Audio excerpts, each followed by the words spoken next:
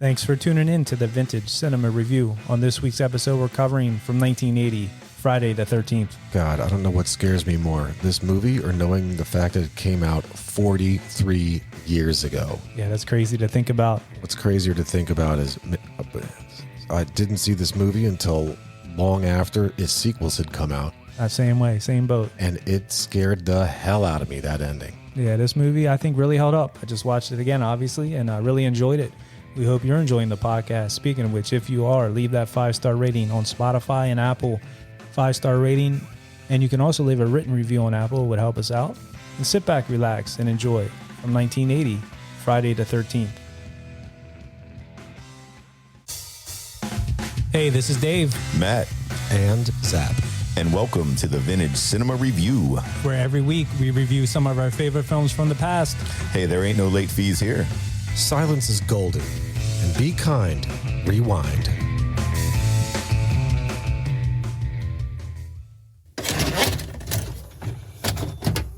Hello. Hey, guys. Hey, what's up?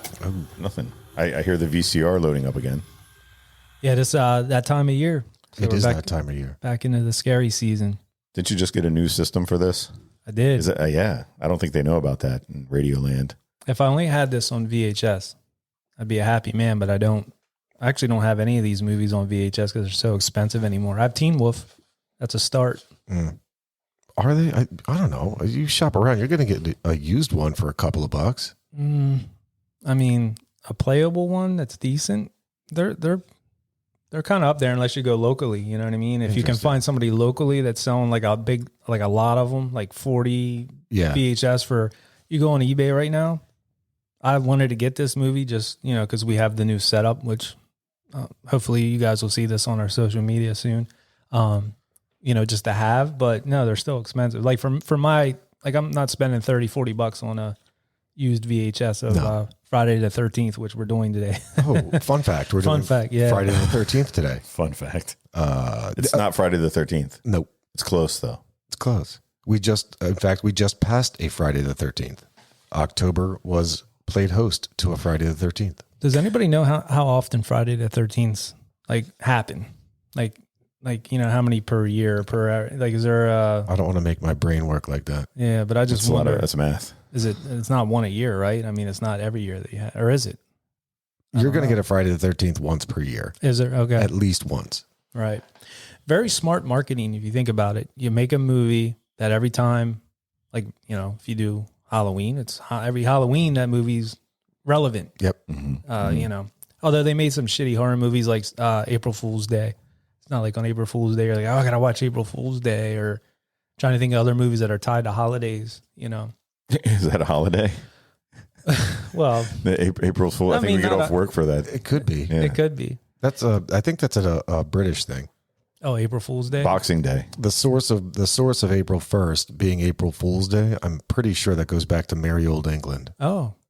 How about that? Jack the Ripper came up with that he holiday. started it. Yeah. Could have been Jack the Ripper. So Friday the 13th is close to, this October was close to, we have a person on the podcast who celebrated a birthday recently.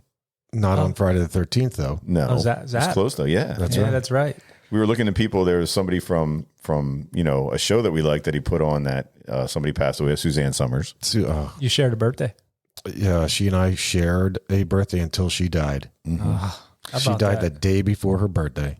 But yeah, I didn't know there was so many cool people on Zap's birthday. Hell yeah, that's man. Why they share that with you. Shit, yeah. It was a fun fact I looked up. There was Flea. You bitches don't even know. Flea's friggin' awesome. Shares Zap's birthday. Tim Robbins. Oh. Julia Roberts. Tim Robbins was married to Susan Sarandon, who was married to Chris Sarandon from... Where are you tying this together? The Fright Night? From Fright Night. Oh, Sarandon. Yes, yes. Yeah, 6 degrees of, 6 Degrees of Kevin Bacon. Yeah. Who's in Friday the 13th? Yeah. Was there somebody else too share Zap's birthday? Who's the lady from Murder, She Wrote? Angela Lansbury? Angela Lansbury also shares. Yes. Oh, that one dude from the Phillies. Oh, Bryce Harper. Bryce Harper. Yes, for any Phillies fans. Oh, for real? Yeah. Damn. And they're in the playoffs right now, so that's a hot topic. That's relevant. You're just like Taylor Swift right now. Can you hit a ball like that, Zap? No. Me neither. Not even close. Nah. So Friday the 13th, 1980, this came out. Rated R, as it should be. Release date on this, May 9th, 1980 in the United States. Running time on this, 95 minutes. Directed by Sean S. Cunningham and written by Victor Miller. Produced by Sean Cunningham. Very important on this one. I put this one down. Music by Harry Manfredini. And budget on this movie, $550,000. Box office, $59.8 million. God damn. Are those the right numbers? Because when I read that too, like the one I read, I think it was 62 million. So 59 was the globe, 39 was domestic. Domestic. But All right, 59, so you, let's quick math now. I don't know about the calendar stuff, but I definitely know some dollars and cents. Because if it doesn't make dollars, it doesn't make sense. That's right. If you're dropping $500,000 and you make 59 and change million, wrap your head around that. That's like a 10,000, approaching 11,000% return. It's a lot of money. That's bananas. You know, there's a documentary, and Zap and I were talking, Matt, I don't know if you watched it on Netflix, called Movies That Made Us. I've seen it. I've never, I didn't see it. I've seen it pop up here and there on Netflix. They covered this in one of the episodes, and it starts off with a quote that I think it's Sean Cunningham says, Halloween is making a lot of money. Let's rip it off. So that was the idea.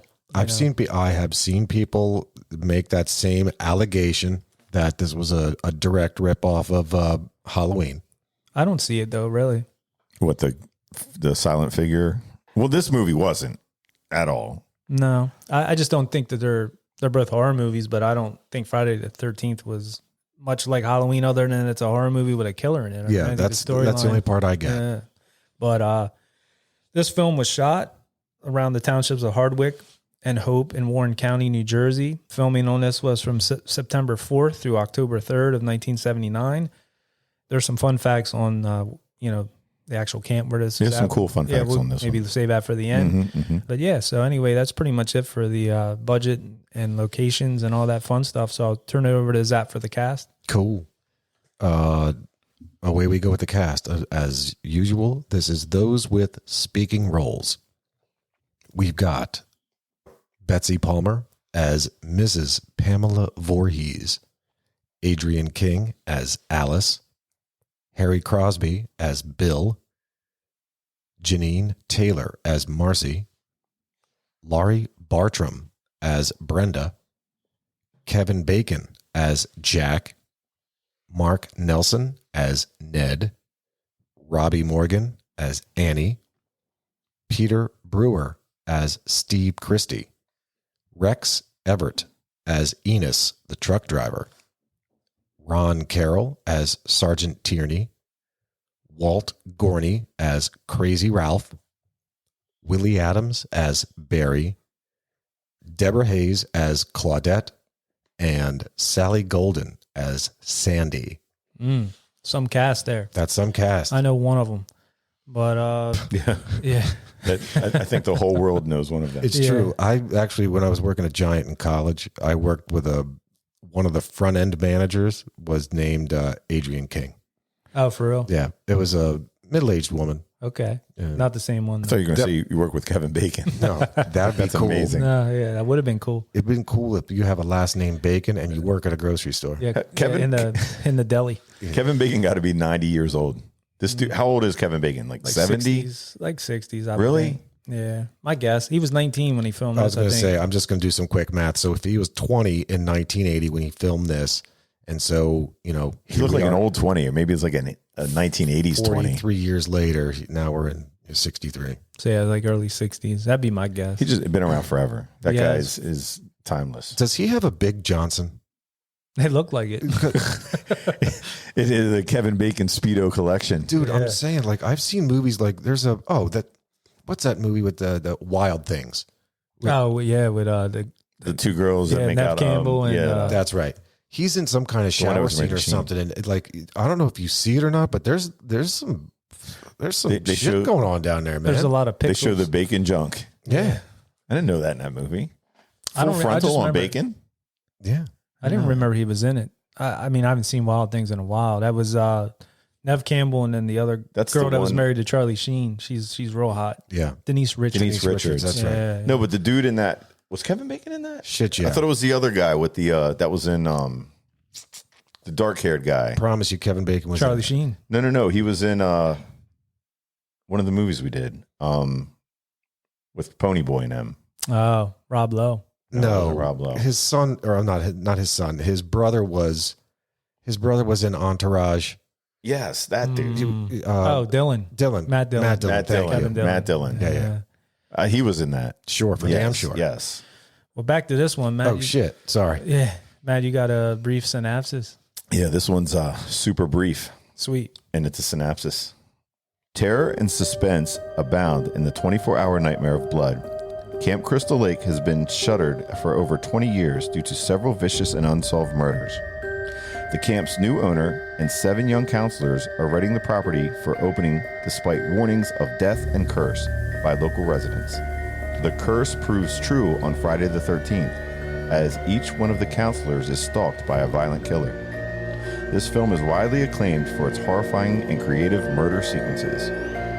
Ladies and gentlemen, Friday the 13th. Nice. That's the Friday the 13th I know. That's the one. Yep. That's definitely the one. Scary. So I will, just a quick warning to our listeners. Now, I'm hoping that you've seen this movie, but if you haven't and you plan on watching it, there's going to be spoilers in this movie. There's some stuff that goes on in this movie that I think would be shocking to some people. So I'll just tell you, definitely we want you to listen to the podcast. I'm not telling you to not listen to the podcast, but understand that we're going to give some stuff away in this.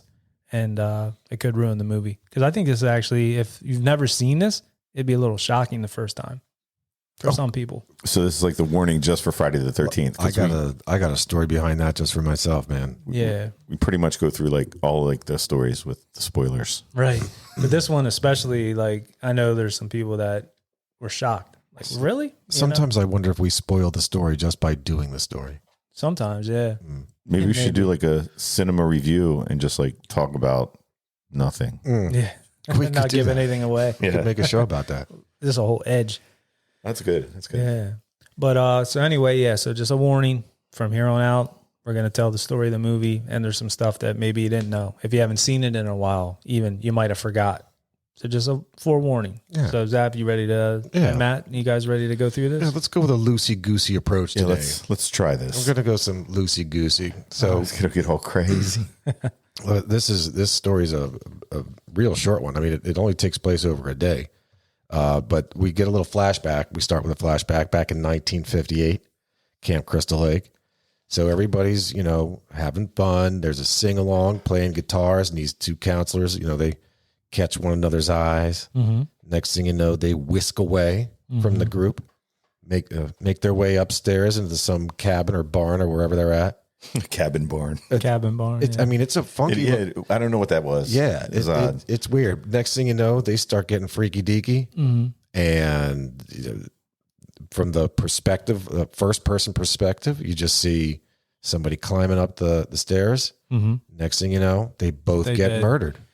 Yeah, I've never known like hymns and like church hymns that lead to that like that quickly. Like I think they were doing that to like poke fun of like, we hear it at summer camp singing about Jesus. It's literally like finished singing Hallelujah or whatever, and then they're like banging. Yeah, you know what I mean? It's just like no waiting around at all. The only time I got turned on at church was when I was in high school at mass that we'd have each week or whatever. Right, and you just look around at those dresses. Yeah, damn, that'll do it. But like literally, like literally they're singing like all church hymns, and then they're off like going at it. It's just have any of you guys been to summer camps? Like when was this the thing where kids get sent away for like 3 months over the summer? So I don't know if it was 3 months, but for sure, I get you. Okay. So I went to Boy Scout camps for sure. Like every summer, I would go to at least one, but it was oftentimes like 2, and you would just go for like a week at a time. And I go there, you earn merit badges. You take, basically you're taking like week-long classes, for lack of a better word, to learn like whatever. And then you get a merit badge at the end, assuming that you do your shit right. Sans the boy. Yeah. Cause I remember there was Boy Scout camps but my dad was always like, no. Yeah. Right. So I never went to any of the Those were like for a week usually. Correct. These are summer camps. Yeah, I'm talking about these ones where like kids go away, like they come back and they like been like boating and like meatballs. hiking. I was just gonna say, Yeah. are you ready for the summer? Yeah, yeah. But you see all these movies about them, and in my neighborhood, I did not know of a kid that went to like a summer camp like that. I know a lot of them were. I mean, I'd see advertisements for it. I know a number of them were like church sponsored, or the camps. I don't want to say the camps themselves were owned or operated by a church function, but I don't know. You know, it seemed like fun. Like I would really have wanted to go to one. Back then, I would have probably maybe entertained it and stuff like that. You probably would have got like a free ride because like a city kid, yeah. like Dave's never seen grass, Yeah. like a boat. Like, look at that water. Like I'm scared. I can't swim. Yeah, Where'd all this water come from? I thought you just got it out of the spigot. yeah. Dave's looking for like a fire hydrant. Yeah. Like we're in the woods, man. Yeah. Where we There's a at? lake. Yeah. So where's the police station? Cool. I still am to this day not very outdoorsy, and I wasn't back then, so I probably would have been out of my element and not, definitely not been into it. Maybe I would have enjoyed it though back then if I started at a young age. Like I was never in Boy Scouts, so I never had that skill set. Like, oh, let's start a fire, let's do whatever. Never did any of that stuff. But I know what you're saying. I didn't know a lot of kids either growing up that went away to like summer camp. Yeah, it wasn't. It seems a like thing that I knew. more of like a big city thing, like New York kids and that, like, maybe it has something to do with that. Like, I don't know, wealth. Like if you live in like a wealthy area, you have the money to, I'm sure it's not cheap. Yeah, I remember like week camps, like at the YMCA. Like I went to a couple when I was a kid. There was like a swimming camp. There was like a basketball camp, stuff like that. I would go to, but I would always like. I remember even asking. I think like in 6th or 7th grade, going into 8th grade, maybe. I said to my mom and dad, I was like, "Is there like any camps? Like I don't know. Maybe from just seeing these movies, like I thought it would be cool. But I wouldn't see this movie and want to go to a camp. I'd be like, No, that even makes it. it would make me not want to go. No. Meatballs, maybe I'd want to go. Yeah, But I don't know. I'd be there. yeah, I don't Sounds fun. know. I enjoyed camps. Boy Scouts. Boy Scouts. Yeah. All right. So, all right. In the next segment of our movie, we open up to 20 some years later, 22 years later, because this went back in 1958, Right. We're now in 1980. 1980. Okay. So we're on Friday the 13th, June of 1980. We see this, free spirited chick hitchhiking her way, thumbing her way through town. She, just looking for a ride, making her way to, she's going to be a counselor at this Camp Crystal Lake, wants to make her way there, needs a ride, walks into the diner. Hey man, is anybody can anybody take me to Camp Crystal Lake? And all of a sudden, like you hear, the record scratch and the silverware drops and everybody just gives her these dire forewarnings. Like, look, man, that's a murder camp and that's death and it's cursed. It's awful. And we're introduced to the town crazy, Ralph. Yeah. Ralph. I like Ralph. I mean, you just see Ralph. You just think of this drunkard, this dude that's had one too many. He's been, huffing spray paint Right. or something. Suspect number one. Suspect number one. But yeah, dude. So, all right. Eventually, this chick gets a ride from the one local dude. Enos. Enos, thank you. Yeah. Enos. He's a big perv. Yeah. He put her up. By Yeah, did the you ass. see that? Yeah, he's grabbing her ass to put her in. He's like, get up in there, young lady.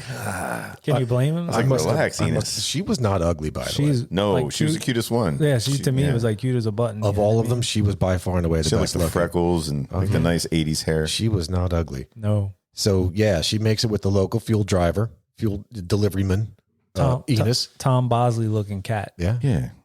From, He takes her as far as the graveyard, the Moravian Cemetery, and I don't know why I focused on that. Moravia's, I think isn't that a college? It is. It's a Catholic college. Yeah. Moravian. Is it in New Jersey? No, it's in Pennsylvania. Okay. I'll save that follow up for later. But and then from there, he drops her off like, shit, I'm not going that way, but I'll take you this far. Then she starts thumbing her way again, or just walking her way to the camp by now, and she gets picked up by. We never see the person driving the Jeep, No. the driver, but we just see the Jeep pick her up. She jumps in. Next thing you know, they pass the camp. Like, hey man, like there's the entrance. You just passed it. Mm-hmm. Well, lo and behold, the person driving speeds up. All right, well, shit, I got to get out. I'm scared out of my life, says this counselor. So she jumps out of the moving vehicle. Yeah, that part was. You can tell it slowed down a little bit. Yeah, that was pretty bad. She struck me as somebody who every bit of her life, every item she owned was in that backpack. Yeah. And I'm thinking she just jumps out. So she jumps out of this Jeep, lands on the wherever in the little gully, starts making her way through the woods. No, not happening. In true slasher fashion, that Jeep driver slams on the brakes, backs up, gets out, chases her, slashes the throat. Yeah. Done. Murder number one. Yep. Yeah. What was weird about that is like, where was she coming? Was she like on the Appalachian Trail? It's like, I guess I'm going to camp. Like that didn't make any sense either. I didn't understand that part. Well, she was going there to work. So she, That's why I'm thinking like, yeah, that chick, her whole life was in that backpack. Yeah. It's like she was coming down off the mountain or something. She's like, oh, I'm going to cook for this camp. Yeah. Yeah. Cook meth. Yeah. Maybe. I don't know, but yeah, she was like super cute. Like, oh yeah. But yeah, Enos kept telling her like the place is jinx, don't go there. Yep. Like in 57, the boy drowned, and counselors were dead in 58, and there are fires, and you can't drink the water. And that's right. So the kid died. 2 counselors were killed. That's the 1958 scene we saw, and then that's right. The water got poisoned in 62. Like something went foul with the water. Something weird. Rumor has it you call that phone number on that truck, and it's still an active number for that. Oh, for the oil? Company. Yeah. Stop. Yeah, that's what they said. Yeah. Who knows if that's true? I read that online, though. Rumor has it. Rumor does have it. Who is that? That's Adele. Adele? Oh, Yeah. okay. That is Adele. Yeah. Oh, dude. So Enos was great. I loved you. So Ralph was just, again, still in town. He's all stumbling around, doing whatever the town crazy. Yeah, hopping on his bike. Enos was the best. God damn it, Ralph. Just to shut him up. God damn it, Ralph. I don't know, Ralph had to have been somebody's uncle. Like, I know he wasn't an actor. I think Ralph was his own uncle. And that dude that's driving that truck, he's probably, like, he looks real old, but I bet you he's probably like our age now. Like, I always like bad at judging ages back in the day. Yeah. Because like that dude looked to me like probably 60, but I bet you he was like 45. At least. You know what I should say at the most. Right. Yeah, everybody looked older back then because they all had to work hard for a living. Right. And used alcohol-based skin products. Yep. Everything was alcohol. Yeah, it dries you out. That'll do it. They dried out all right. So, Matt, why don't you take us through the next part of the movie? All right. Well, next part of the movie, we're going back to Camp Crystal Lake. All the other counselors have arrived. We have 3 young men and 3 young ladies: Bill, Jack, Ned, Brenda, and Marcy, along with Alice. They appear to have an intimate relationship recently with the owner, Steve, who's there to corral and assign everyone with their tasks. Did you guys notice what Steve was wearing? I did, and I wrote this down. There's a lot of like shirtless dudes back in the 80s. Oh, yeah. Like, that was like the thing. Cut off jean shorts. But I thought he was one of the village people. Because he got lost. The handkerchief around his He neck. had like a red handkerchief. He had It's almost like an ascot just on its own. Yeah, on its own. But he reminded me of my dad, like doing yard work in the 80s. I don't know. You mentioned it, Matt, that it was actually Alice who seemed to have an intimate relationship with Steve. Like he was pervy, like really pervy with that. Well, I thought shit. they were together. That was the weird part because he was like touching her chin and her cheek, and I was like, "What the way hell he was talking to her, Yeah. it was I don't very know, man. odd. It was kind of pervy. I thought she was kind of cute too. I like that. Alice. Like them outdoorsy guys. They have the belt knife, like the knife holder on the belt. You Shit, know what yeah. I mean? You know what I That mean? was He's a just man's man. always prepared. That thing was created like at a leathery. Like some guy made it for him and had his initials on it. Remember, it was like a big thing. With a strap. Yeah. The local policeman arrives looking for Ralph, the town crazy who we discussed, and soon departs. Alice later finds Ralph hiding in the pantry. He warns her and a few of the other counselors of the cursed camp and swiftly departs on his bicycle. Days turn into night. One of the counselors, Ned, sees a shadowy figure lurking around one of the cabins and decides to follow. Not long after, Jack and Marcy succumb to the throbbing carnal urges and make sweet, sweet love in one of the cabins. I like the carnal urge. Yeah. That's good. That's nice. On the bottom bunk, where, unbeknownst to them, Ned's lifeless body lies on the bunk above. That's where he was stabbed through or something, right? Yeah. He was just laying there. He was like, you saw him earlier on. He like sees a figure up at the cabin, or I think it was a cabin. And he's like, "Hey, who is that up there?" And then you just see him disappear up into there. You know what I mean? That's correct. He disappears in that cabin. And then you see Jack and Marcy. This is Kevin Bacon. Right. Kevin, the apparently huge Johnson Bacon. Huge. Yeah, there was like a storm coming. Yeah, they just make their way into the same cabin. So as Matt had mentioned, I mean, that's when they're slapping it on the bottom bunk, and above them is dead ass Ned with his throat cut, eyes open. I like Ned's jersey. I like the Dolphins jersey. Yeah, it was a Dolphins 88. Number 88. Who was that? Back then, like Mark Duper. Mark Duper. Yep. Might have been Clayton. him. There was Clayton and Duper were the two main receivers. Yeah. Those kind of shirts were like big in the 80s. Like everybody always had the jerseys, like the long sleeve jersey with the stripe. They would cut them off though. Yeah. You had to have like a belly shirt. And I'm looking at like the clothes in this movie. So if I watched this movie in high school in the 90s, I'm like, man, why do they dress like that? Look at these shorts. What they got them like track sneakers on. You know, back then, like in the 90s, you're probably like, I had to look what they're wearing, but now you're looking like that's kind of a cool sport. Like everything goes in cycles. In other words, like some of the stuff they're wearing, I could, other than the cutoff jean shorts, I don't see many dudes rocking them with the phrase as much. Right. But a lot of the other stuff I think came back around, like the track shoes, like that and all that. You know. Yeah. So after these two sexy time, Marcy decides she has to go pee or something like that. So she gets up. You had to wash out whatever Kevin left up in there. Making bacon. So she goes to this abandoned like little place. They got one of the bunks or whatever. And the bathhouse, right? Yeah, the bathhouse. Going to the bathhouse. Jack is killed with an arrow jutting from beneath the bed and through his throat, which was kind of like a lame. It's just like, That was a one and done special effect. So if they screwed it up, it was done. You know what I mean? Because they had like, because they had like a, it was like from the head down, it was all fake. So that's how they did that effect with Kevin Bacon. You would stick your head up through the bed and then underneath. So the torso and everything below the neck down was all fake. And when they stuck the arrow through it, it destroyed it, obviously. So they had to get it right, like in one take. Which, or else the budget would have been $551,000. $1,000, right? Okay. Pretty much. But I thought it turned out pretty good. Now, I watched this on Max.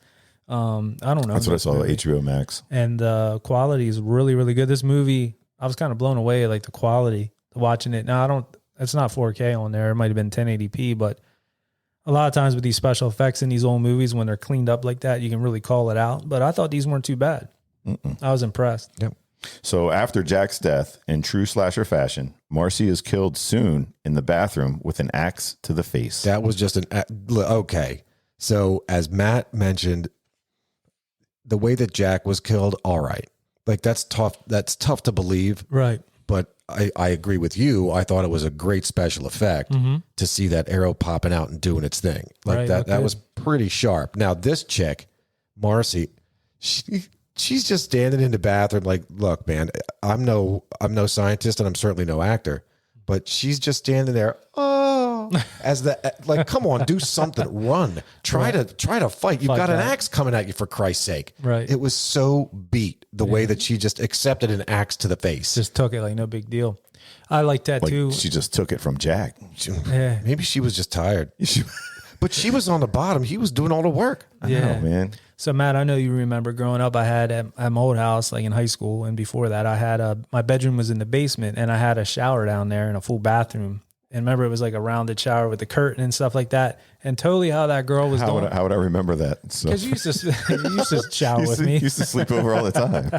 But I used to do that nightly because I was down there by myself and I'd watch these horror movies and stuff. But I'd flip that curtain up open so fast, you know what I mean? Just because I always felt like somebody was in there, you know what I mean? Like, and when that girl was walking around that bathroom or bathhouse or whatever it was, she was like flipping those curtains open quickly. Like almost expecting to see somebody there. Yep. Of course, there wasn't until that last one. Yep. But I could totally relate to that because every time I see a curtain close, not so much as an adult anymore, but as a teenager, young kid, I promise you, I did that exact same thing. Yeah, I promise you, I did that. I would take that a step further. Not only would I look shower curtains or any kind of curtain, if a door was open and against the wall, I would look behind it. I would look behind the door. Every fucking door. I would do that. Yeah. There's still times like even like if I shut the lights off downstairs, I like go quick up the steps, like looking behind you, like what's that? Yeah. I don't know. I still do that. Every now and that's then, fair. maybe. Every now and then. I did stay in my basement a little bit. My dad finally built me a room in the basement. I remember that, I remember leaving night lights on. Shit, Because it's dark down there, man. There's no light. There's no like natural light coming That's in what I'm there. saying. That's what my basement was. Yeah, it had like creepy. this little window. I don't even know what it was there for. Some kind of weird window. I don't know. The rear window. Yeah. Ooh. Who's to say? It is interesting with Alice. So Alice is the blonde chick that was being hit on by pervy Steve. Yeah. She had the textbook, it was from the late 70s into the early 80s hairstyle. Like it's that weird and it was an interchangeable hairstyle. Like girls had it and boys had it. Yeah, from behind. So like I look at this chick's hair and I think of like Joey Lawrence as a kid. Right. That feathered kind of. It's like the feather, but they always had like the middle part. It was a part and it was straight, but it would come down and it would look like almost like a mushroom cap on their heads. The boy from The Shining had it. It was just that.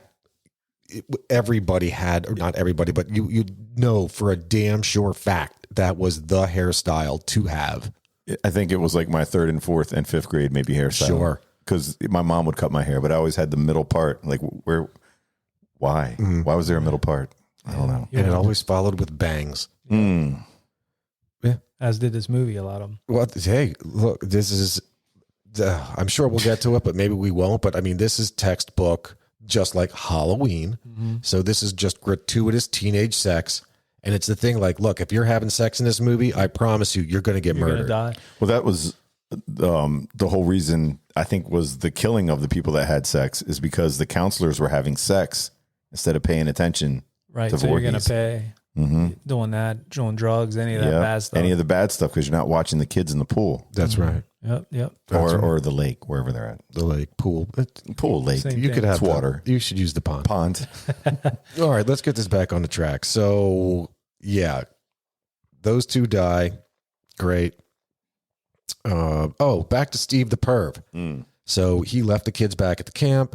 He's off having delicious diner. He's having a delicious dinner at a diner. That's a tough one. At a price of low price of $2.25, by the way. Yeah, that diner had Hunt's ketchup. I noticed that. Beat. That's bad. Beat. On the But they had no choice if they're only charging $2.25 for coffee and dinner. True. Just saying, but hey, big spender, he left her 75 cents as tip. That's a good tip. Yeah, I thought that was the mom from Goodfellas for a second there. I was like, what's the mom from Goodfellas doing here? Hey, She's like, take me out later, Steve. that was You Sandy. never come around anymore. Yeah, what you doing, Steve? Take me out. She was horrible actress. She She was bad. Poor thing. She was good as a waitress. Mm-hmm. All right, so he finishes his meal. It's raining like hell outside, so now he goes back to the camp.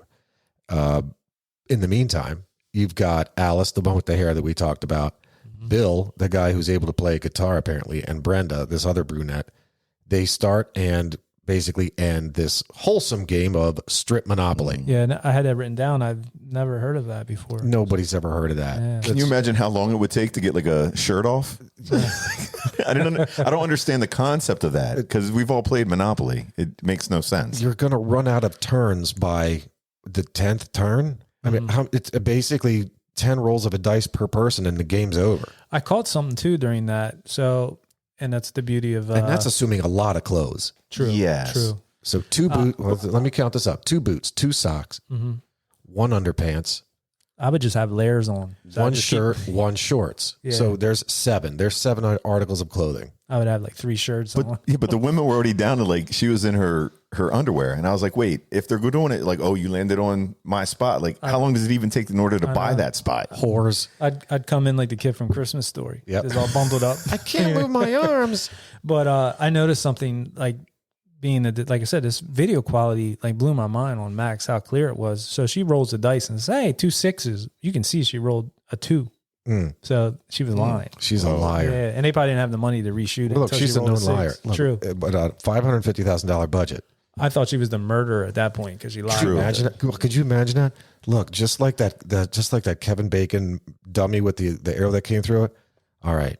You got to roll 2 6s in one take. And if you don't fuck this up, you got to roll 2 6s. Obviously, that's not going to happen. Yeah. No. Anyway, so they call it a night. Brenda goes back to her cabin. She hears, now while she's sitting there, she hears these screams of this kid. Like, she, of course, horror movie fashion, she goes out to investigate in the pouring rain. Yeah. In her undies, in her rain jacket. In her underpants. So She was asking for it. she was. So she walks out just with in her underpants. I don't know if she was even wearing shoes. Walks out with her underpants and a green slicker. Yeah. Raincoat. She ends up making her way to, of all places, the archery range. Floodlights on, blind her. Next thing you know, we don't see it, but the last thing we hear is Brenda's scream. Yeah. So that dude brought a guitar. He knew he He knew what he was doing. Yeah, chicks dig that, man. You sit around there. He was playing. He was like, Serenade. what was he playing? He was playing. Oh my gosh, what was it? It wasn't classical gas. It wasn't classical gas. No. But you heard Time in a Bottle. maybe. But you heard Alice. You heard her. Oh, that was wonderful. That sounds nice. Yeah. So nice. Did you do that? Like senior week? Did you bring your acoustic? I know. Didn't Mark did. Yeah, Mr. Mark. Yeah. Mr. Mark. He brought his guitar. He did. In hopes. Real quick, I don't know if we touched on it. Do you guys remember Officer Dorf? It's never real quick. Oh, who's Officer Dorf? Officer Dorf was the guy that On came the in bike, like, on the bike. motorcycle, yeah. The guy's running around like an Indian. He's like, hey, can it, Coach Cheese? Yeah. That's I right. do remember that. And he's like, hey, man, Colombian gold, grass, got the hash, the weed, dig it. That's right. I was like, this guy's badass. Yeah, he knew all the lingo. He was cool. He was trying to get the kids to be like, yeah, we got somebody who's going to bust them. Dude, He's so gonna get him. was Brenda a lesbian? Which one was Brenda again? The blonde? The brunette. No, I don't think so. So three Oh, the people, one that was playing. three people played Strip Monopoly. Right. The Alice, who was with the pervy Steve. Okay. Then Brenda, the brunette, who was the one who said, hey, the let's play slicker. Strip Monopoly. Yeah. That's right. Right. The one that just got killed here. Maybe she was. I didn't really catch that vibe. I but caught it. Like, Oh, really? because she's hanging out with these other two people. And she said, oh, I got a call tonight. And just when things were getting interesting, Oh. Didn't she just get tired of it? She had to take a dump or something? No, she might have I think she had to dump. She felt Probably. uncomfortable. eaten that camp food, She was like, let me get out of here. Eating them burgers or whatever you're making. powdered crap. Yeah. I didn't catch that vibe, but I mean, I it's didn't either. possible. Yeah. I think she just wanted to party. Yeah. But I'm trying to think who came as couples. So yeah, Kevin Bacon and the one brunette. But the other dude the liked her. blondest, The blondest girl there was with handkerchief guy around the But neck. she wasn't with him. Correct. Well, kind of. He wanted to perv on her. No, they had been together. Like it's like he was wanting to make up with her. Something went awry. And what, she drew a picture of him or he drew a picture of her? Like he had that picture. I think he was showing her. Oh, yeah, or does this, vice yeah. versa. No, he was like, is this me? Yeah. She's like, yeah. Yeah. So there was something it was going on weird. with those Yeah. two, but yeah, I don't know. It's pervy. Yeah. That dude was too old for her. Well, for Christ's sake, he was the owner. Right. So you never, ever get, intimate with your employees. Yeah, You just don't do that. It's a no. He had on like the hiking boots too, with like the hiking socks. He was all that was man. I'm doing that for Halloween this year. Well, No shirt? No shirt. Just yeah. the ascot? No, I'm gonna have the shirt, the ascot. I'm gonna Nice. get I'm just gonna cut everything off. I'm gonna have the mustache. and an axe. I might get a wig. No, but I think my dad has one of those knife sheaths. Oh, I have one. Well, that's the thing. I said that's a cool look. It has like GMN on it. It's very manly, like to have that. You know what I'm saying? I should have worn that for this. I got one with my old Boy Scout knife in it. But Right? see, like I carry a knife. I know you carry a knife, Yeah. but like they're just ones that like they have the little slide on now. You don't need like the whole packaging for the You knife. don't need the belt buckle holster. Right. Right. I used to clip my phone on my. You know what I mean? Remember when your cell phones would click onto your? So the StarTAC, I definitely did that with the StarTAC, the Motorola StarTAC, that it came in its own little case that you would clip onto the inside of your pocket. It felt like a beeper, Right. but I mean, it's your phone. It was attached. Cell phones would have helped these people out in this. It could have. Shit, yeah. Shit, yeah. So let's get back to this cool ass Jeep that Steve has. Go for it. Yeah, it's getting stuck in the mud on the way back to camp. Fortunately for him, he was able to hitch a ride with the local policeman. Dropped off at the entrance of the camp, Steve is greeted by someone with whom he is clearly acquainted. Some friend they are, Steve is swiftly murdered. It's like I'm speaking like Zap. Yeah, I like it. It's cool, but it's just it's opposite day. Yeah. Now concerned for their friends. Wait a second. Wait. Does this mean I'm going to have to start doing Bill Cosby impressions? Yeah. Like Okay. during- See, that's funny though. That's funny. All right. Go. I'm sorry, Matt. Go ahead. Go. No, this is good. Now concerned for their friends, Alice and Bill decide to explore the camp at night in pouring down rainstorm to determine their whereabouts. They find a bloody axe laying in Brenda's bed and are unable to locate any other counselors. In hopes of calling the police, they find the phone out of service as we see the line had been cut outside. That's a classic horror movie. Classic. Someone has since also cut the power to the camp, and Bill leaves Alice's company in hopes of activating the generator. Tired of waiting, Alice searches for Bill, finds him pinned to the generator room door with arrows. That's what he wanted. That's the ticket. That's the one. After she barricades herself in one of the cabins, Brenda's lifeless, bloody body is thrust through one of the glass windows of the cabin. Alice is frantic. That's in all caps. All that caps. means she's crazy. Within moments, a Jeep arrives just in the nick of time. We're introduced to Miss Voorhees, a friend of the owner's. Alice's savior has arrived. I wonder if that Jeep that broke down, if it was the rear diff. The shift diff. Yeah. And that what happened to your Jeep? No, my That's Jeep's Jeep in. broke It's down. the axle. Oh, the rear axle. I Crap. thought these Jeeps were supposed to go anywhere. Guess not. In fact, the one cop said to him when he picked up, what's his name? When he picked up Steve, he's like, hey, man, I thought these things were supposed to go anywhere. And Steve said, well, basically, fuck off. I've got a trailer attached to this thing. Right. It was like a 74 Jeep. It was cool. 72, I think. And it's raining kitties and puppies out here. Like, I can't do it. I just can't do it. It was a cool looking Jeep though. They were cool looking, but yeah, I don't know how well that one was running. Yeah. Did you guys notice that part? Like the cop had like the windshield wipers are going like frantically. He's like, oh, it looks like it's clearing up a little bit. And they're still Stop. going. Yeah, and they're still going. And he's like, and he finally shuts them down. There's like nothing. Yeah, we're not gonna see the heavy stuff for a while. Yeah. So as we're watching this movie, right now, we've in the beginning, you had crazy ass Ralph. God damn it, Ralph! Then this dude is at the camp that the police are looking for him, for Christ's sake. And old bicycle Ralph, crazy Ralph, shows up, hides in the fucking pantry, and then comes out and scares these people. Now, as pervy Steve is riding in the cop car, they're talking about Ralph again.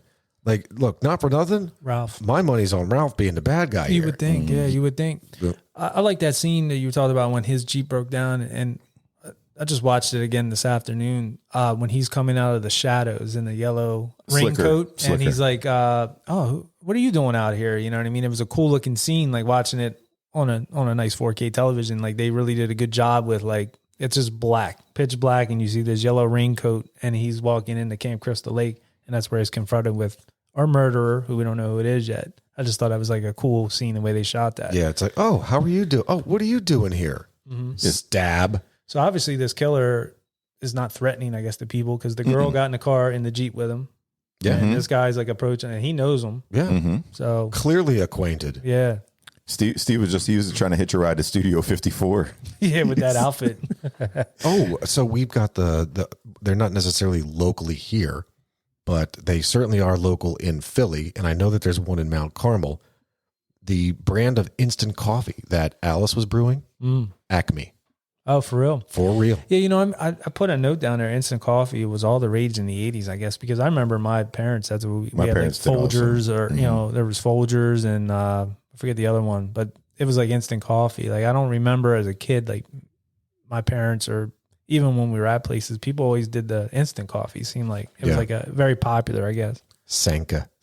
Yeah, Sanka. That was another one. Sure. I wonder when they started putting, because I remember using the metal ones, like little tin, seeing my parents use. Well, not I using them, but then when I would start buying coffee, they had the plastic measured little cups in them.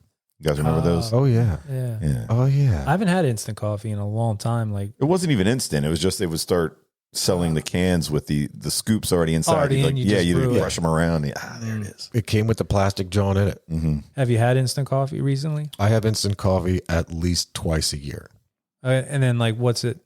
Is it shitty? No, it's good. It's Is it free. good? So it's just a freeze dried bean. Right. So But they take the bean, they freeze dry them, then they chop them up. Right. And so when you add hot water to that, it disintegrates the bean. It's quite delicious. yeah, so I was curious because I haven't had it in a long Taster's time. Choice still out there. Taster's Choice. Sanka still out there. Right. Yeah, dude. I eat that shit twice a year. Would you prefer that? Like, would you prefer the fresh brew? No, I to be clear, I would, if given the choice, for sure, I'll take brew over freeze dried or brewed over instant. But it's not far apart. no, like, and in my case, when I say I have it twice a year, I'm going out hiking and camping for a few days, twice per year. So you need a convenience. Shit, yeah. Yeah. What about you? Have you I'm had not it? brewing coffee in the wilderness. I'll just take hot water and throw it into coffee, and then I'm done. Wasn't it made for astronauts? I don't know. Might do that and Tang. Tang, yes. Do you have at your work where you can play cards on the cups and stuff? They still do that at your work? Those are from the 80s, I believe. Actually, I think in the early 90s, they might have had a few still sitting around. I mean, that's a thing. I just picture your work. I'm not going to say where you work, but No, they did have those. Yeah. Yeah.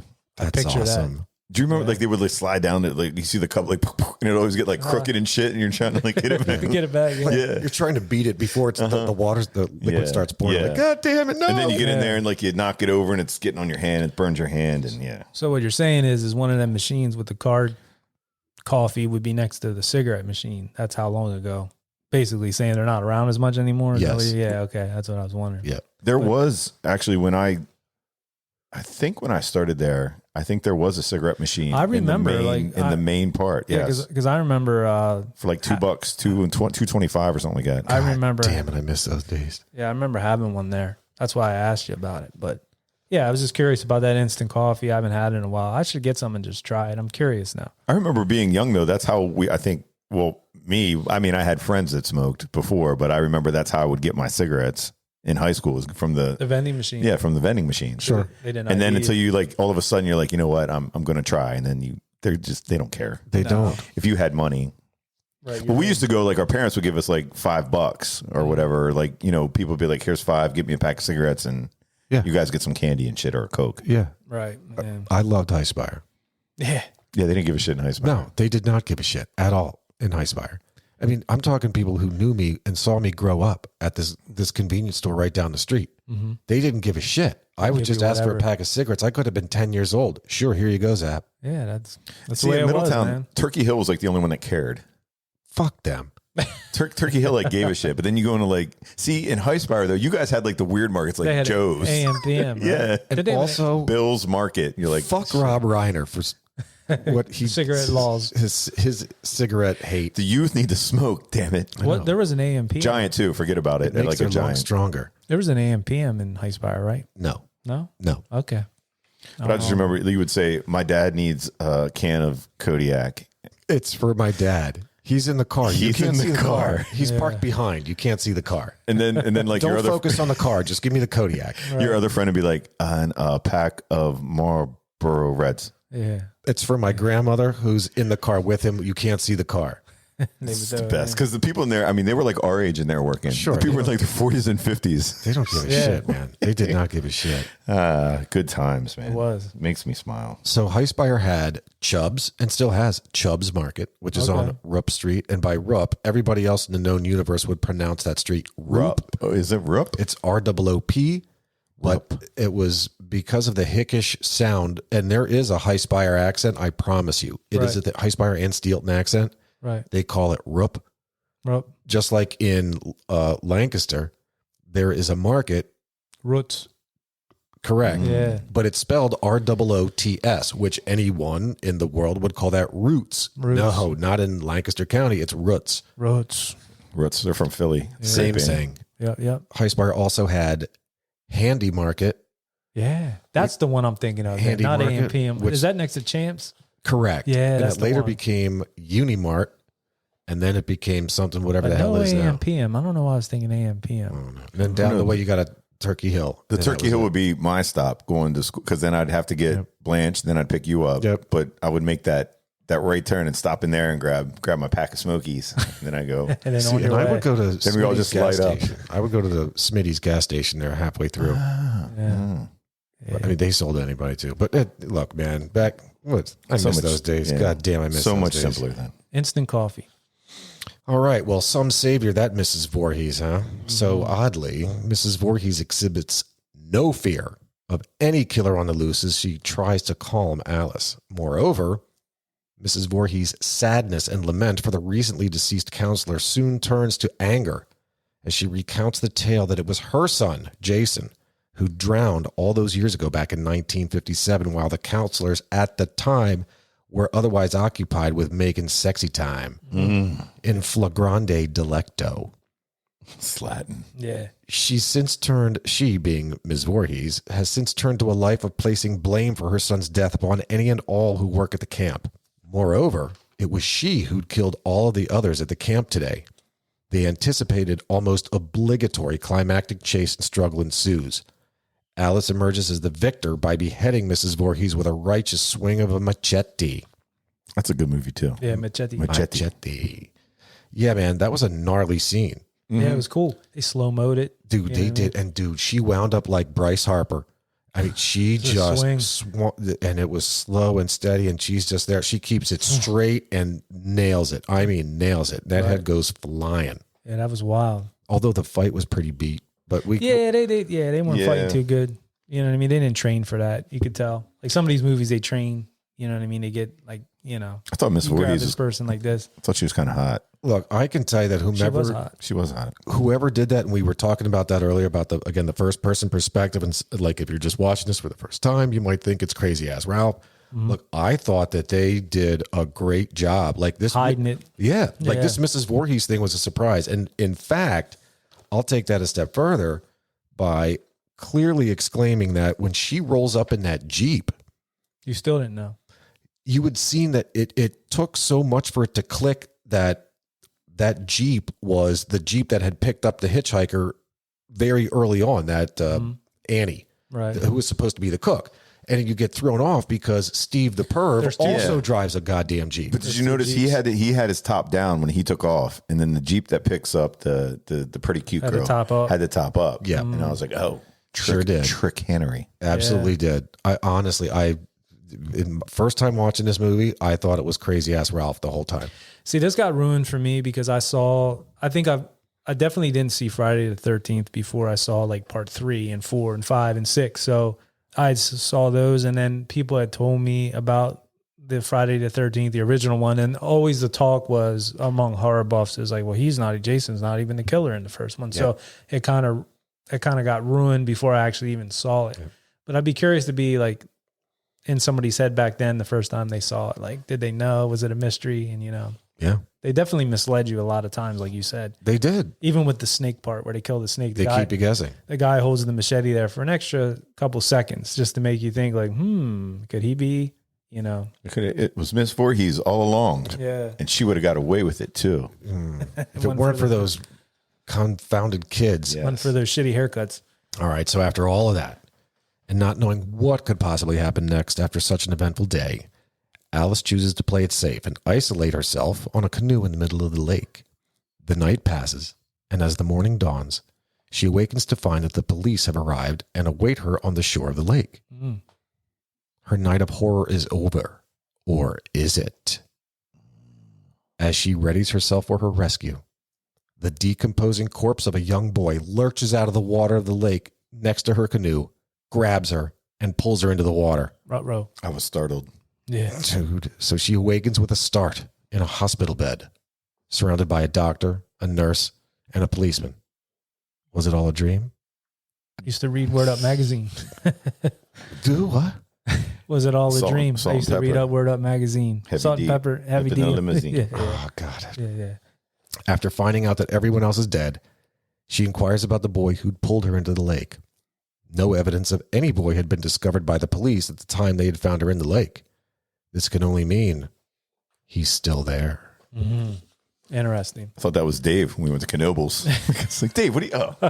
Came out of the water. Yeah, I didn't know who that was. I was scared. I couldn't get out of the water. So wait, on the fight, I got to talk. I got to go back to this. On the when Mrs. Voorhees and Alice are fighting, right? Like there is just some textbook old school, like you saw it in Airplane or you saw it maybe even in Clue. Mm-hmm. The slaps. Oh yeah, that Mrs. Voorhees delivered to Alice. Oh my God, it was like pimp slap, dude. Absolute. This was backhand and forehand, like, just slap. Yeah, that was pretty. Like shut your mouth. Yep, smacking her and shit. A couple other things I wrote down, like back to the parts we were on.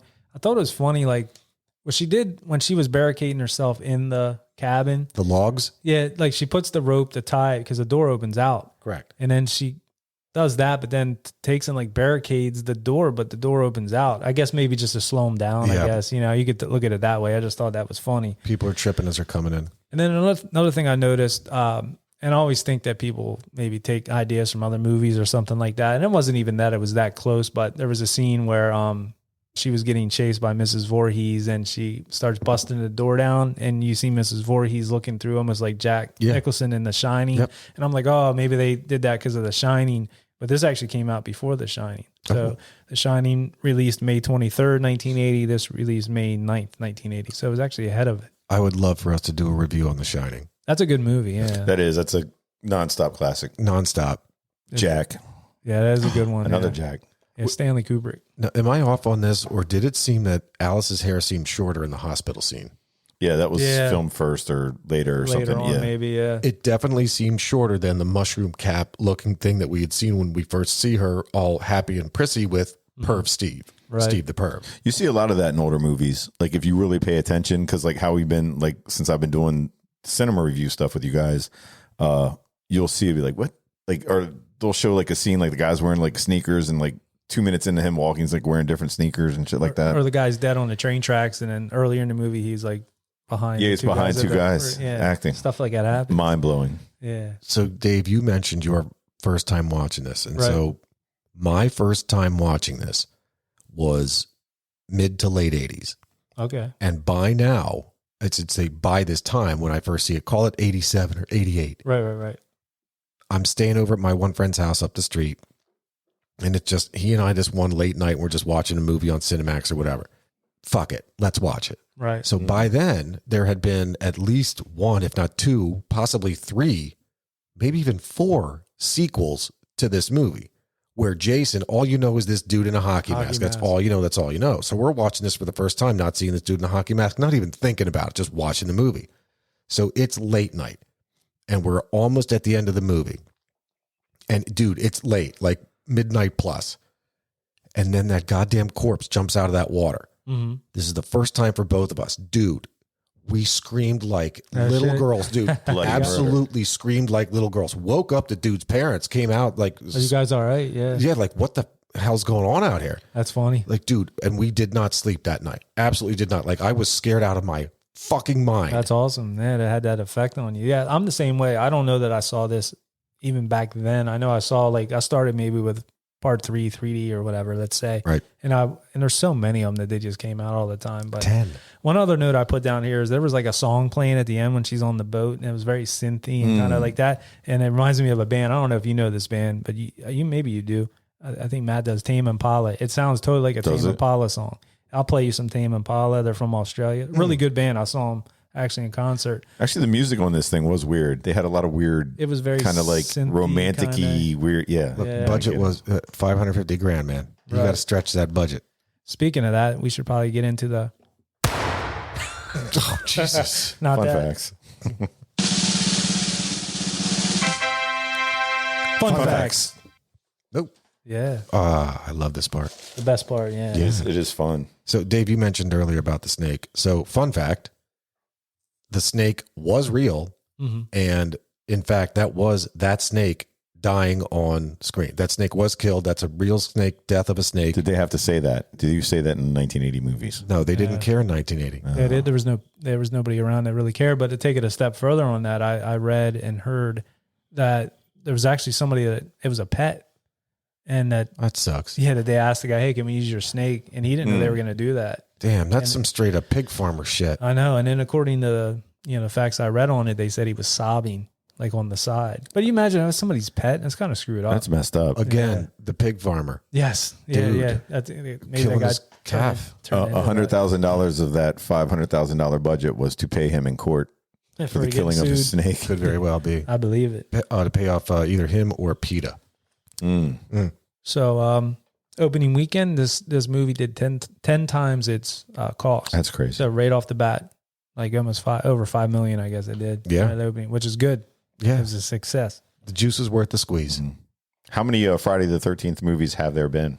With the name Friday the 13th associated with Jason or whatever, Friday the 13th, 11. 12. God damn. Wow. That is pretty damn close, though. And they say Jason has been from Camp Crystal Lake. He's been to New York and also space. Oh, wow. He's battled it out with Freddy Krueger, and he appeared in comics fighting with Bruce Campbell, Ash from The Evil Dead. Wow. How about that? Cash Me Outside. How about that? So this one here, they filmed in New Jersey, like we talked about. But then the movies after that, they moved them to, one was in Connecticut. Then they moved them a lot to the West Coast and Canada. The one that they did in New York where Jason was in like Manhattan, it was too expensive. And they were in that with American Psycho. Sure. Same thing. So they did it in like Vancouver, I think, like up in Canada. But this one actually was in New Jersey. And that camp is still a camp. It's like a Boy Scout camp where they filmed it. Yes, correct. And what's it called? Do you have the name? I don't have the name. Okay. It is. It's 4 syllables. Booba, something like that, right? It's actually something like that. Yeah, I read it. Nuba Bosku. It's called Camp Nobi Bosco. Yeah, Nobi Bosco. It's located in Hardwick, and it's still operating today. So that's pretty wild. So the Nobi Bosco, the first 2 stands for like Northeast someplace, and the last 2 syllables stands for Boy Scouts. Oh, how about that? I didn't even catch that. It's a portmanteau of the 4 words. Did you guys know there was a Friday the 13th, The Awakening, released on Friday the 13th, 2023? No. Yeah. Is that the 12th? No, Friday the 13th. It's a movie? The Awakening. 12th movie, god damn yes, it. That is the 12th. You said 11. That is the 12th. Got it. Yes. Who's on first? And also, Crystal Lake will be streaming on Peacock coming in 2024. It's a movie about that. the origin story of the Heaves. Curious, when you said that it was filmed in New Jersey. New Jersey, was it filmed in Voorhees, New Jersey? No. Voorhees was like a name of like that Sean Cunningham or somebody knew somebody that had that last name. Like That's, they took. Is that Ralph Malph's friend? Potsy. No, Sean Cunningham. Yeah, Sean Cunningham. Yeah. Well, Tom Bosley was in it. That guy Sit did on look it, Tom Potts. Bosley. Nice. Yeah. No, Voorhees there is a town called Voorhees in New Jersey, but there was an individual with the last name Voorhees that he pulled it from. I read it when I was looking over fun fact stuff, but I don't have it written down. Interesting. Or typed down here. I'm going to have you guys finish the fun facts. I can do that. Yeah. So I'm calling off for this evening. I had a wonderful time, gentlemen. I hope you give them the peace and the love and the hair grease and all that fun stuff. Nice. It was a blast. I appreciate it. Thank you, everybody out there. Thanks for joining. Thanks, Yes. Matt. Yep. Look over your shoulder on the way out. All right, just be careful. I am. I'm scared already. Check Scary up behind in those this doors, neighborhood. bruh. Peace me out. All right, Late. peace. Later, Matt. So yeah, this did you know that for the role of Alice Hardy, Sally Field was offered the part? That would have blown that budget. Yeah, that would have been very expensive. That would have been at least $1 million movie. Oh, Yeah. fun fact. So we were talking about Voorhees, Jason. Mm-hmm. So again, who ultimately becomes the everything you know and love when it comes to Friday the 13th. Mm-hmm. We don't hear shit about Jason until there's only 15 minutes left in the film. Yeah, that's true. Like Not an until the hour very and end. 15 or an hour and 16 minutes goes by, and then we finally hear about Jason. P.S. I love that this movie's only like 90-some minutes. It's perfect. I mean, how most horror movies should be. You can't drag that out for over 2 hours. No. Not enough there. It's like what we try to do with this goddamn podcast. Sometimes, yeah, sometimes. So that Bill in the movie was Harry Crosby. That's the son of Bing Crosby. Love Bing Crosby. Yeah. That yeah. man is awesome. And they actually said now I think the producers or directors wouldn't really say for sure, but there's people that say that they went that route because of the Jamie Lee Curtis in Halloween tied to famous parents. They were like, oh, we'll do that. I mean, there's a lot of people that want to try to, like we were talking about in the beginning, want to tie these two together, but I don't really think they're that similar, to be honest. No, and P.S. Jamie Lee Curtis wasn't one of the throwaway counselors that got killed. No, she was obviously an important part of that movie. So. Yeah. You had mentioned filming took place from X to Y. So total number of days, filming took 28 days to film. 28 days. Yeah. But it took 10 weeks to edit. Wow. Yeah. That's crazy. I guess maybe because of that. Oh, you know what? I do know. I think one of the reasons why, well, I did hear him say on that Movies That Made Us is that he had all that finished footage and was trying to put it together to make a movie. And he's like, this just sucks. Like, I can't. And he brought in Wes Craven to help. He said, hey, can you help me? Because they were friends, Wes Craven from Nightmare on Elm Street and all that. Then they had this composer involved. And when they added the music, it tied everything together. Because as a whole, when he was watching it, he's like, this kind of sucks. Because you couldn't really tell what part's the killer, or is this just a cameraman following somebody around? But adding that soundtrack and that kill, mama, all that stuff like really made a difference and stuff like that. Oh man, that was one of my fun facts. In fact, go for it. Yeah. No, one of my last fun facts. In fact, it is my last fun fact. That classic, Right. That sound is actually just kill them, mommy. Or kill, mommy. A shortening of it. Yeah, that's pretty wild. I do that when I eat a Hot Pocket. It's too hot. I make sounds like that. Very similar. I thought that's what it was. Nice. No, that's exactly what that is. Did you know that like Lou Reed, the singer or whatever, had a Midnight Blue. Yeah, he had a property nearby and he would come by the set all the time and Really? kind of hang out. Yeah, he was like the adjoining property. Let me see. I'll give you one more here. Let me find a good one here. Something I can really hit you with. Like Matt said about the Jeeps, there were 2 used in this film, and it was a 1972 CJ5. And here's one. That's pretty interesting. So Adrienne King, who was in this film after the film's success, she was stalked by an obsessed fan. And she was so like freaked out by it. She said, I don't want a big role in the second one. Like she was just freaked out. I guess that, obviously when you become famous like that, people, what was that? Who was that one actress that Silence of the Lambs? Jodie Foster. Jodie Foster, sure. Somebody was after her too, right? And when that's something with the president that tried to assassinate Reagan. Oh, that's right. You're right. You're absolutely right. Yeah. So when you're in these movies and a public figure like that, you get stalked, I guess. Shit, I forgot all about that. Yeah. That's a hell of a fun fact. Yep. So I guess that's all for me for the fun facts. I mean, this to me was a great movie. It was between this and Creepshow, I think. I was thinking about, and we talked about it, and I think this is a good one to go with because I think this is one people enjoy. So I guess that it's just you and I. So I'm thinking Matt would probably return this. I can't speak for him, but I'll start it off. I really like this movie. I'm not gonna pay like $90 to own it, so I'm probably just gonna watch it and return it. But I'm not burning it. I think it's a good movie. I think it's good. I think that for me, I would, again, that first time watching it with the finding that shocker at the end, like this kid popping out, right, and whatever, I would want to lay this one down for a while and not want to watch it for a good long time. But I would certainly return it. Definitely not burn it. Mm-hmm. But I'm not going to overkill it and get a late fee. No, I'm not paying that money either. Yeah, but it's definitely an iconic movie.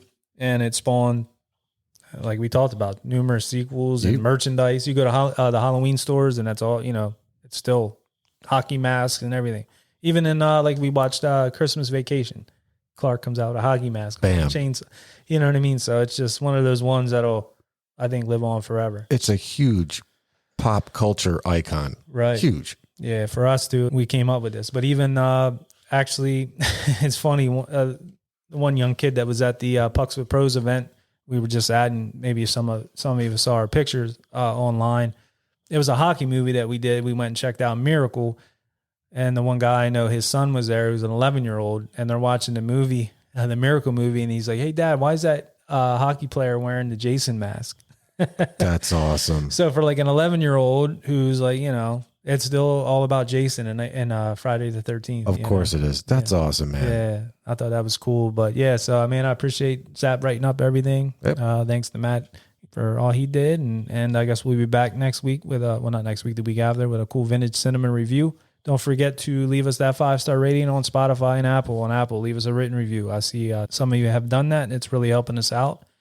Got anything else, Zap? Nothing other than we'll catch you where? On the flip side. If we don't see you sooner, we'll see you later. Peace. Thanks for listening to The Vintage Cinema Review in the Old Dirty Basement. If you dig our theme music like we do, check out the Tsunami Experiment. Find them on Facebook. Their music is streaming on Spotify and Apple, and where great music is available. You can find us at Old Dirty Basement on Facebook and Instagram, and at Old Dirty Basement Podcast on TikTok. Peace. We Audi 5000.